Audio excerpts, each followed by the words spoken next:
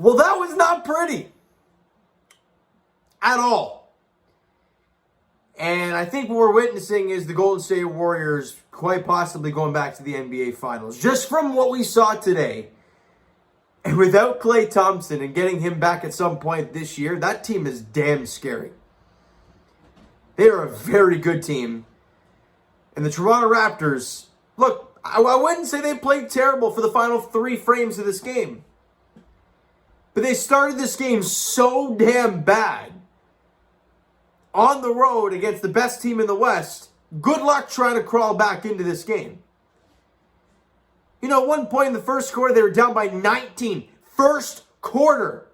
It was like 30 to 11. And then they get it down to 9 at one point, and we're like, okay, maybe, but no. No. Let's break down this game as they lose 119-104 and drop to 8-10 on the season. First quarter, I mean, as I mentioned, it was 30 to 11. It got worse. Well, you were only down by 12, not 19, I guess. But you allowed 36 points in the first quarter alone. 36! You score 24, you're down by 12 after 1 quarter of play on the road against Golden State. This is a disaster waiting to happen. In the second quarter, the Raptors played better, but offensively, they still can't really find anything as they only scored 23. They allowed 25, and you're down by 14 at halftime. You need some miracle run in the third. You don't get it. 31-30 Golden State, and you're down by 15 heading into the fourth, and you need a flat-out miracle. They get it down to 10 at one point, but then it was followed up by back-to-back threes. And Golden State, actually, it was a 27-27 fourth quarter, but you lose by 15, 119-104. So overall, other than the first quarter, Raptors, they were in the game for the second, third, and fourth. But a horrendous start to this game was the backbreaker for this Raptor team. Also, the inability to shoot, whether it was the free throw line, whether it's from the field. They did okay from 3. And the inability to defend. Flat out, period. That's it. They allowed Golden State to shoot 49% from the field and 49% from 3. Oh yeah, and by the way, they allowed 22 threes, which is tied for the most the Raptors have ever allowed in their franchise history in a single game. And oh yeah, that's what Steph Curry only making 1. Jordan Poole and Andrew Wiggins were phenomenal in today's game. Let's get to the Raptors players and see who did what. Because the starting unit was god-awful. People are going to focus on Siakam, and that's okay. But there were a lot of guys in that starting unit that just were not good. Let's start with Khem Birch. Didn't write any numbers down for him, except for he was a minus 19 while he was on the floor. Fred VanVleet, 17 points, 4 boards, 7 dimes. Shot 6 of 18 from the field, was 3 of 12 from 3. Had a steal in the block, but he was a minus 8 or minus 13 from when he was on the floor. So not great.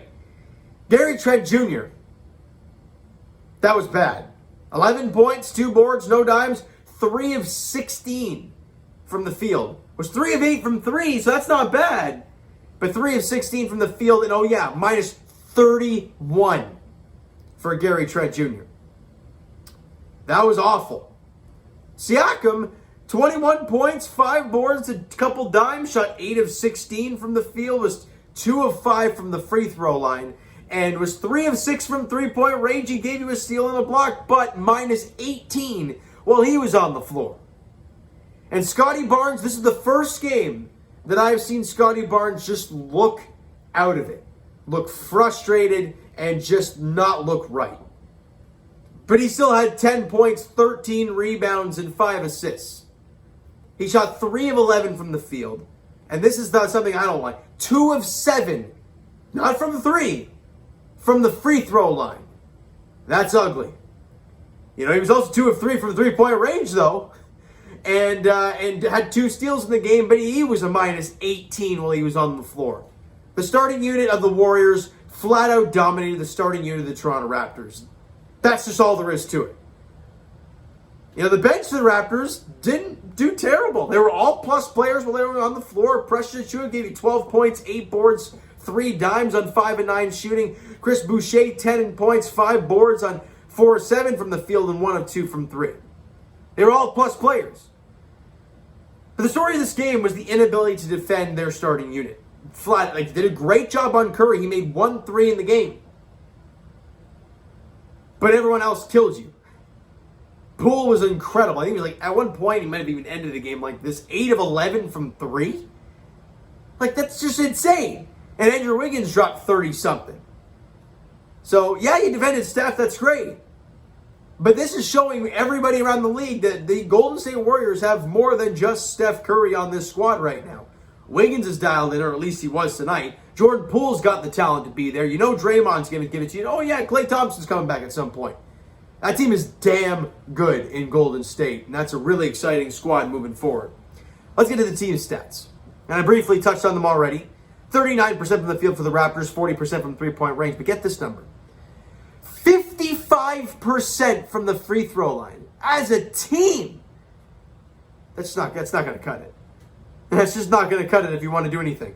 Now, a lot of that is Pascal going 2 for 5 and Scottie going 2 for 7 because the Raptors didn't have a lot of free throw attempts in the game today. So that is probably a heavy number of that.